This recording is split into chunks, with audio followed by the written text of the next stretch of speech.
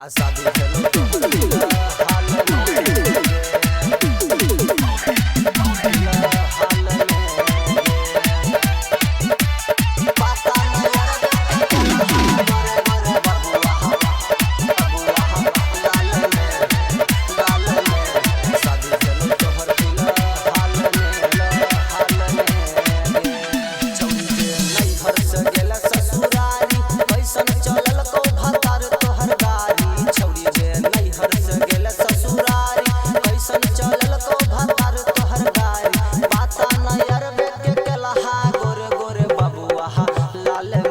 तोहर फिलहाल में की पता न यार के कलहा गोरे गोरे बबुआ लाल में शादी भेलो तोहर फिलहाल में रिकॉर्डिंग स्टूडियो सेट दीवाना कटवारा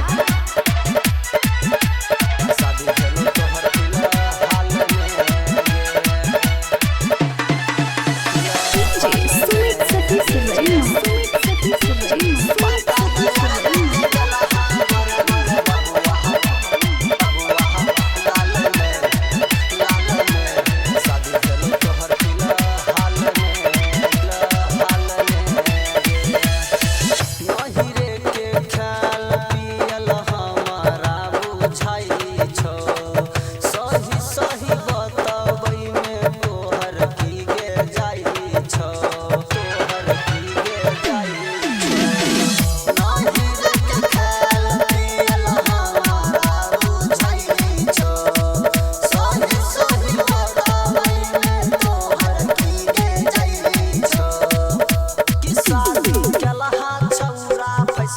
जाल में शादी भेलो तोहर फिलहाल में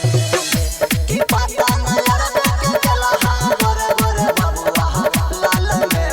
शादी भेलो तोहर फिलहाल में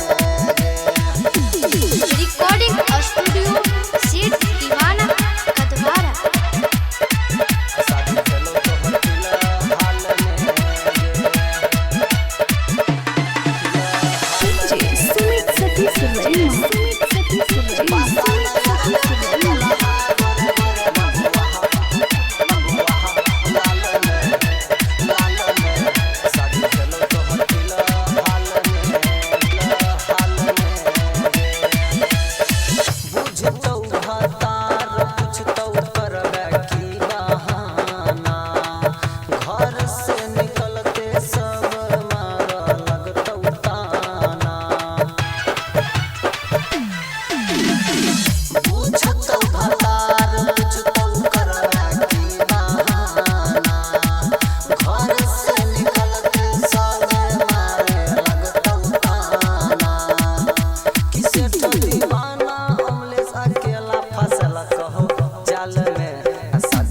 तोहर फिलहाल